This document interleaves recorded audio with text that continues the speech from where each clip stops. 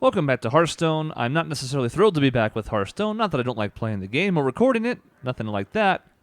It's just that we thought we had all the recording stuff figured out, and then the Persona videos from just this past weekend all kind of went topsy-turvy, and my voice was not recorded for about 75% of it. Which means that anything that we record on consoles through the Elgato is extremely untrustworthy right now.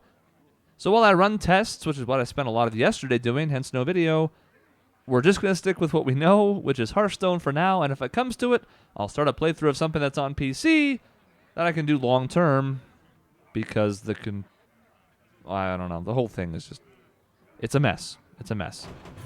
I have a quest, and I feel like playing in Control Hunter. It's a new month, so I'm ranked 23, so who knows what kind of deck we run into here. It could be awful, could be ranked, what would drop down here? I guess nothing below my rank, which was 20 at the end of last season, because it was a busy month. But you never know, rank 20. Some people will do some stuff. So maybe this will be everyone's favorite secret paladin or something. I don't know. Maybe we'll see a Reno Jackson here. I haven't put him in any decks yet. Haven't had much time to play since we got him and Braun. That kind of shook up the meta a bit, which was desperately needed, by the way.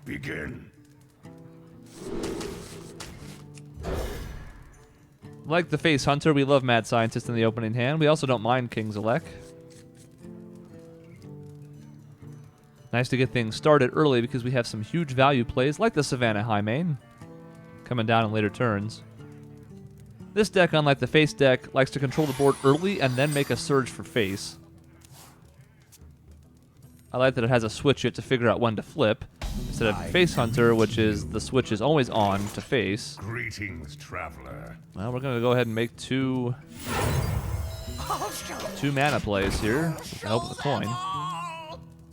We're going to do the Scientist first just to see if we can't bait out something like Dark Bomb to get rid of it. Unlikely, because he's not going to want to push the secret out, but you never know.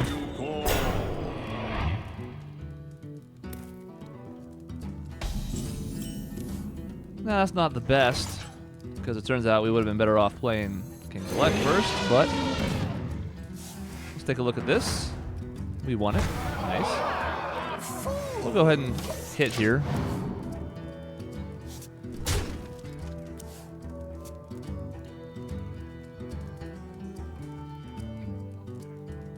Voidwalker Pass is a little surprising. Now, if he doesn't have cards he can play correctly on curve, so be it, but I'm a little surprised he didn't just, I don't know, do anything but that. Get in there and fight, maggot. You hate to see that type of thing happen. Oh, he's going Face.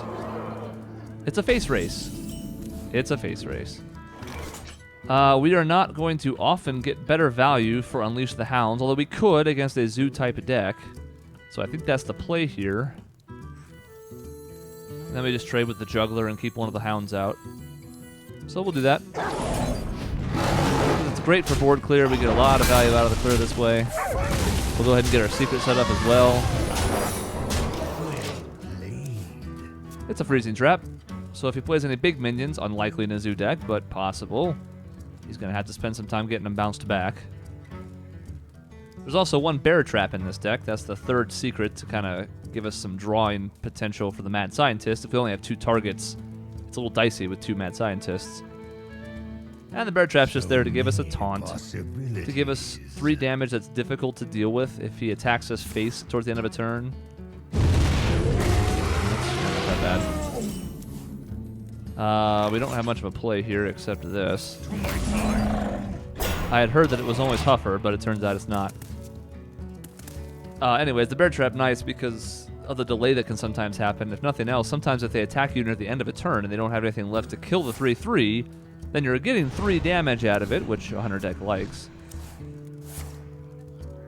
Soulfire. Making a return. There goes that Knife Juggler. A Blood Imp, not a big concern. We're going to be belching. He's got only 2 cards in hand. He's a Warlock, so we can certainly work on that. But we have curves for 7. We have curves for 6. We got everything we want to do. And if the High Main happens to live and we want to spend turn 7 on Ram Wrangler and Hero Power instead, we can do just that. As it is, we're just going to go ahead and keep putting down huge things on the board, and he's got a limited number of turns to deal with them, especially with a freezing trap up.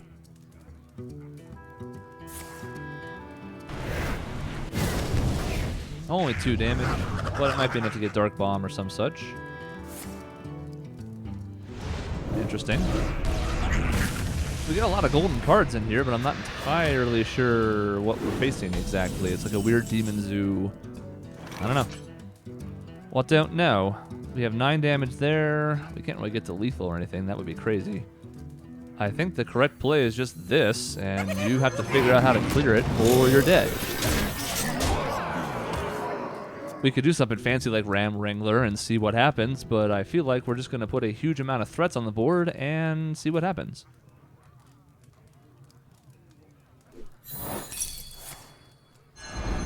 Yeah, showed him in his +1 health.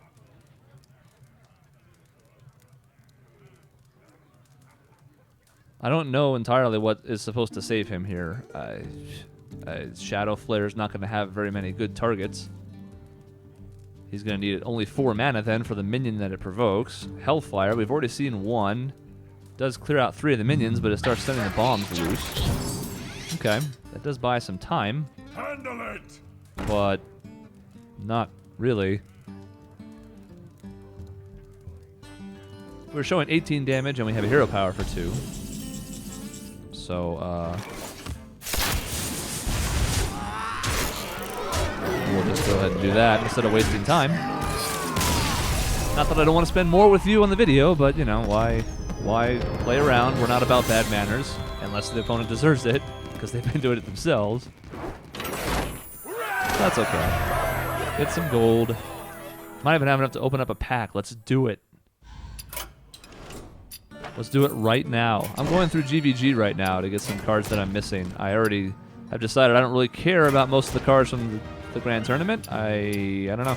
Most of them are not very good, to be frank. Hell, I would say that just the first 2 wings of the new single-player campaign for the League of Adventurers probably have done more to help the game than the entire TGT expansion did. So, you know, that's a thing. But hey, you know, you can't fault them for having one thing be better later than something else. They're correcting their mistakes, so you have to give Hearthstone credit. Anything cool? We have opened up 1 legendary on here before. I don't think I have 2 of those, but I also don't think I care. Let's find out. Dust it. The hypest dusting on YouTube. Nope. I already have 2. One of the commons was something new. I wasn't paying that much attention. Yeah, let's just do this more quickly. New. I don't have any friends online right now because I thought I typed, but I didn't. I didn't have 2 spider tanks. Wow. That's surprising. But, you know, sometimes that happens with commons. I'm still missing a couple throughout the collection. So for the remainder of the week, while I do more testing on recording stuff, which I feel like I've been doing for the better part of a month now since the original Elgato died, tomorrow's a Tavern Brawl, because that's, what, 21 hours? 22? Yep. So tomorrow we'll try the Tavern Brawl out. Hopefully it doesn't suck. And then on Thursday, the next wing drops. There wasn't one last week because of Thanksgiving.